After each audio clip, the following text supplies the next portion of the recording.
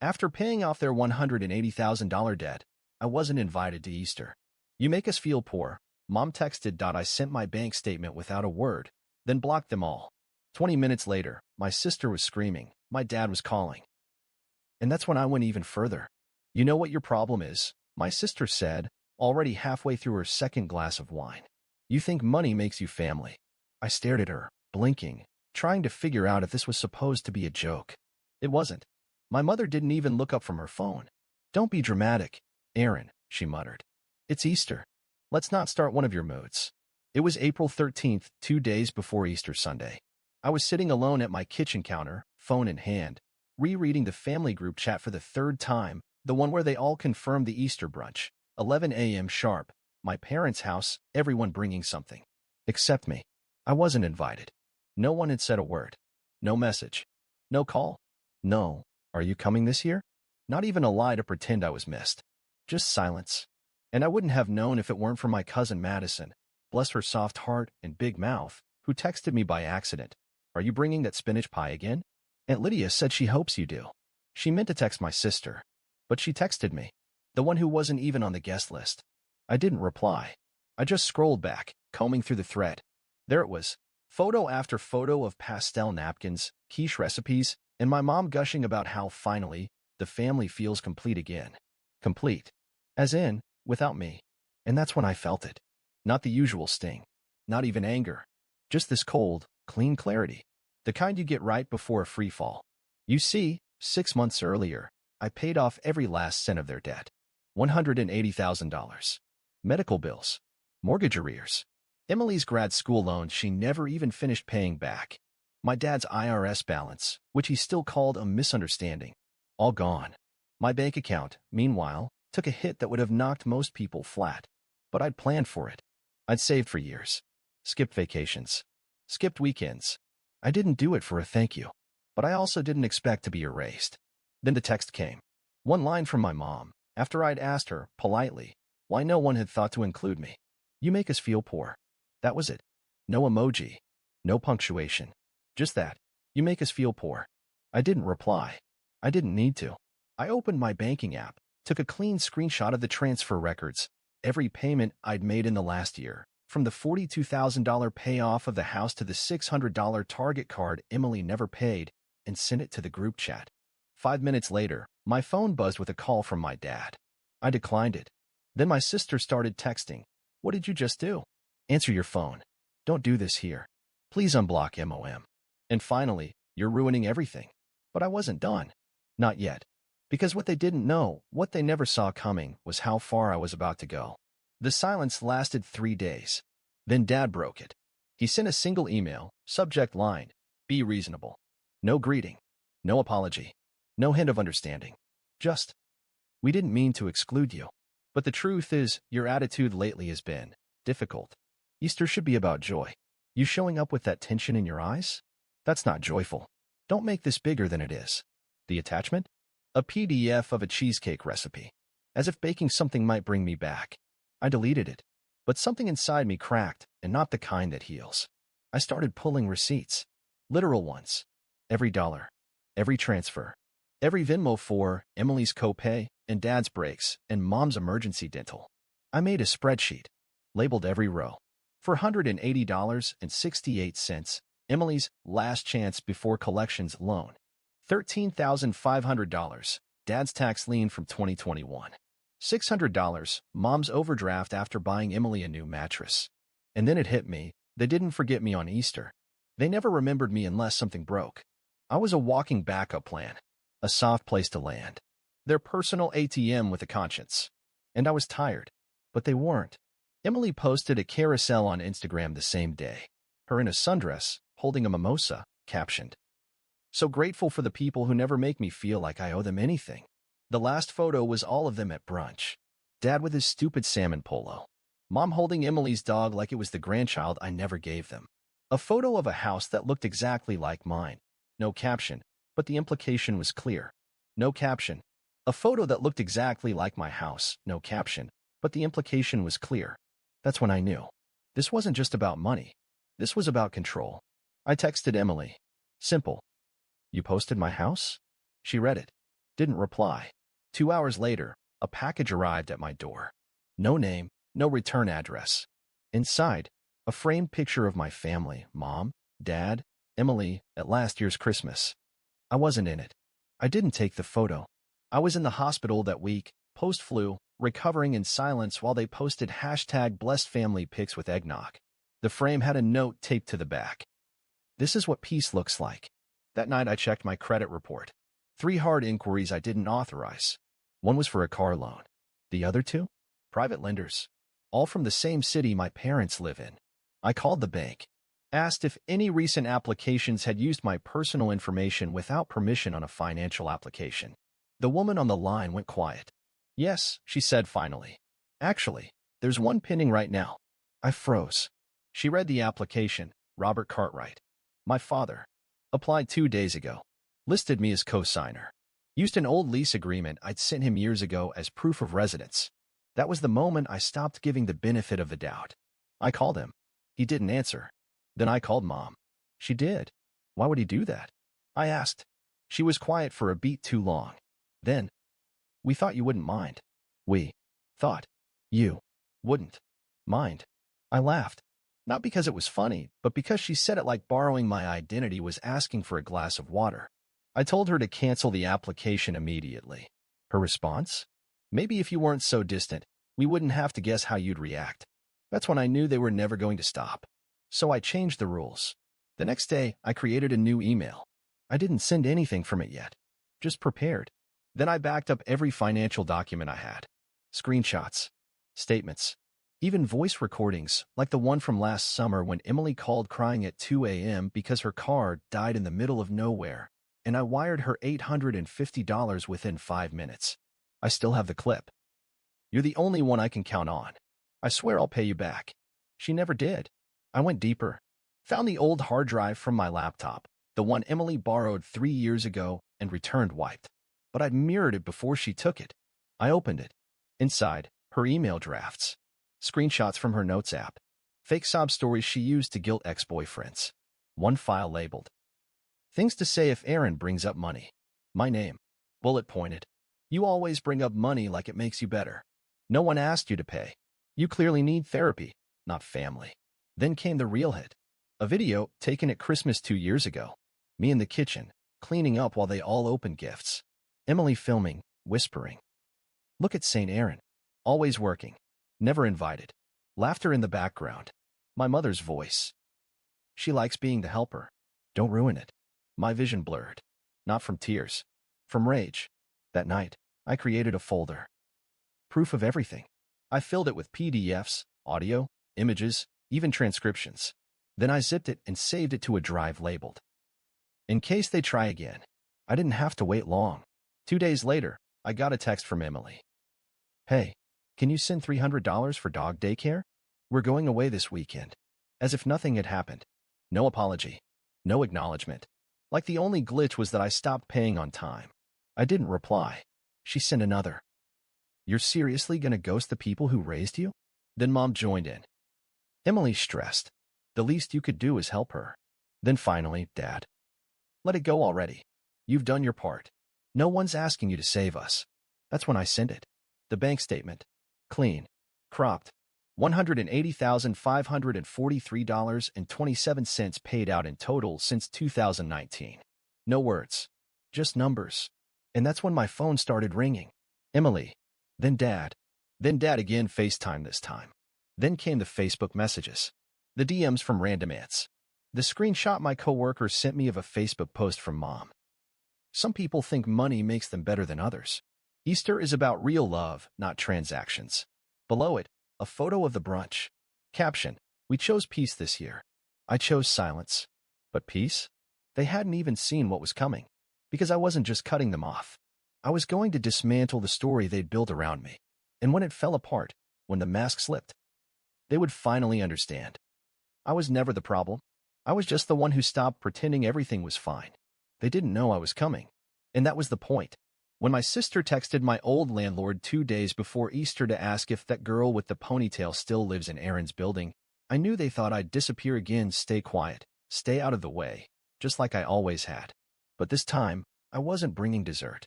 I was bringing evidence, and I wasn't coming alone. The brunch was scheduled for 11 a.m. I got there at 10:57, pulled up to the curb outside their suburban house, the one I had been paying the mortgage on for 3.5 years, and just sat for a second. My heart wasn't racing. My hands weren't shaking. I was calm, because today wasn't about rage.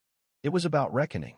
When I walked up the driveway, I could hear them inside, laughter, plates, clinking glasses. A party. A celebration. Without me. Again. I rang the bell once. The door opened, and my mother's face dropped like a bad hand of cards. She didn't speak. She just stepped aside. Inside, the house looked like a Pinterest post. Easter eggs. White lilies. Matching outfits. Emily in a floral dress, already half drunk on champagne, froze with her fork in midair. Dad, standing at the head of the table, muttered, well, like a villain in a low-budget drama. You weren't invited, he said plainly. I smiled. I know. Then I reached into my bag and pulled out an envelope. Since we're being honest, I said, placing it on the table, you might want to read this before the quiche gets cold. Inside? A full audit. PDFs of every dollar I ever sent them. Screenshots of Emily asking for dog daycare money that went to her nails. Bank logs showing how mom funneled grocery funds into her HSN addiction. And most importantly, the letter from the bank. The one confirming the mortgage was never refinanced like Dad claimed, just quietly transferred to my name 3 years ago when he defaulted and begged me to temporarily cover it. I watched them all read. Watched Emily's fingers twitch. Watched my mom mouth the words like they were poison. Watched my father's face go pale as paper. That's not all, I added, pulling out my phone. I tapped play on a voice memo. Emily's voice filled the room. If she finds out, we'll just say she offered. Aaron always caves eventually. Dad's voice next. She's too soft to walk away. Just guilt her like last time. And finally, my mother. If she starts acting out, remind her who paid for her college. Doesn't matter that it's a lie, she won't check. Silence. Thick. Unforgiving. Real. I looked at my sister. Want to tell them about the fake messages you made? The ones on your notes app where you rewrote text for me to make it look like I was threatening you. Emily said nothing. So I pulled out a flash drive and tossed it onto the table. Everything's on there, I said. Photoshop files. Edits. Metadata. The works. My lawyer has copies. So does yours if she checks her inbox. My dad stood up suddenly, fist clenched. You think this proves anything? You think people care? You're just bitter. No, I said calmly. I'm just done. Then I opened the front door. And in walked Morgan, Emily's ex. The one she told everyone was violent, toxic, obsessed. The one she said I defended because I hated seeing her happy. He held a folder. Thick. Tabbed. Numbered. Nice house, he said, nodding to the room. Pity it's all built on lies. He laid the folder down and opened it. Inside were screenshots showing inconsistencies in Emily's past stories. Voice messages where she rehearsed dramatic retellings of old arguments. Photos from nights she later misrepresented to others. My dad lunged forward, but I stepped between them. You touch him, I said, and this goes to every media outlet between here and D.C. You think Easter's ruined? Wait until this gets escalated to the right people, and trust me, they won't ignore it. My mother sat down hard. Emily turned to Morgan, desperate. You don't understand it. I do, he cut her off. That's why I'm not letting this slide. He looked at me. You ready? More than ever. As I left the house, I heard Emily scream. Not a word. Not a sentence. Just a guttural sound of panic. Like someone whose power had been stripped mid-sentence. My father tried to follow, shouting, You're making things worse for everyone. I turned around and said, No. I'm just turning the lights on. Then I walked away. For good. They waited for the explosion. They expected fireworks. They thought I'd go online, spill everything, burn them down with a viral thread. Because that's what you do now, right? But I didn't. I didn't post. I didn't tweet. I didn't record a sob story in a dimly lit room with a shaky voice and hashtags like #FamilyBetrayal. I just went quiet. And that's what destroyed them. The Monday after Easter, my dad texted, You won't get away with this. Then, 2 hours later, we need to talk. Then, a voicemail from my mother, whispering through tears. Please don't do anything drastic. Emily's overwhelmed. That's what they're saying. But I hadn't even started. Because I'd already done the one thing they truly feared. I closed every door. Froze the mortgage. Reported the unauthorized application that used my name. Cut off every auto payment. Unauthorized paperwork filed under my name in 2018, quietly, legally reversed with help from a very good lawyer. The house? No longer mine to save. The car Emily drives? Repossessed by the end of the week. Dad's small business grant application from the veteran program? It's now flagged for review. And the cherry on top? A single envelope, certified mail, that arrived at their door Friday morning. Inside? A formal affidavit disowning them. No threats. No theatrics. Just a clean legal break. And a single handwritten note. You had everything you needed, and still chose to take more. That weekend, I drove 3 hours north. No destination. Just a coastline. Just quiet. I stayed in a rental cabin with no Wi-Fi, no TV. Just me, a notebook, and a prepaid phone that only one person had the number to, my old boss, a man who taught me early that survival isn't about screaming louder. It's about knowing when to vanish. I spent 3 days there. Didn't tell anyone. Didn't check messages. Didn't check social media. Just existed. Without being useful. Without being responsible. Without performing guilt. It was heaven. When I came back, the inbox was full. A message from a distant cousin. They're saying you're in rehab. A DM from a girl I once dated. Your sister's going live tonight to clear her name. Just FYI. A voicemail from my father. Breathless, furious. You think you're clean? You think this doesn't touch you too? You've embarrassed this family. People talk. We had to tell them something. They were spiraling. Because the worst thing I didn't respond. No rebuttals. No clarifications. No defense. They threw punches in the dark. And I watched them swing at shadows. Emily posted a cryptic tweet. Funny how people disappear when they're guilty. Under it, a reply from one of her friends. Didn't your brother pay off your tuition, though? Then another reply. Wait, wasn't he paying your rent too? Then silence. Then deletion. Then her entire profile went private. 2 weeks later, a letter arrived at my new address.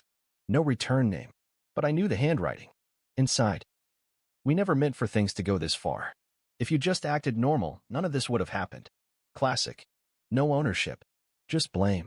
At the bottom, in shaky cursive. Love, Mom. I burned it. Slow. Page by page. Then I did the one thing they never expected. I built a new life. Quietly. Bought a small fixer-upper an hour outside the city. Cash. No co-signers. No witnesses. Painted the walls sage green. Hung shelves. Adopted a dog from a shelter, a 3-legged mutt with a scarred ear and the gentlest soul I'd ever met. I named her Balance. Went back to work. A new company this time. Fewer clients, more freedom. Told them I didn't want management. Just projects. Just peace. No family forwarding address. No emergency contacts. No strings. And the best part? I didn't owe anyone a single explanation. They can say what they want. Invent whatever version of me they need to feel less guilty.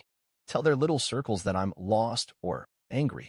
Let them scream into a void of their own making. Because here's the truth. You don't need to go viral to get justice. You don't need 1 million likes to be free.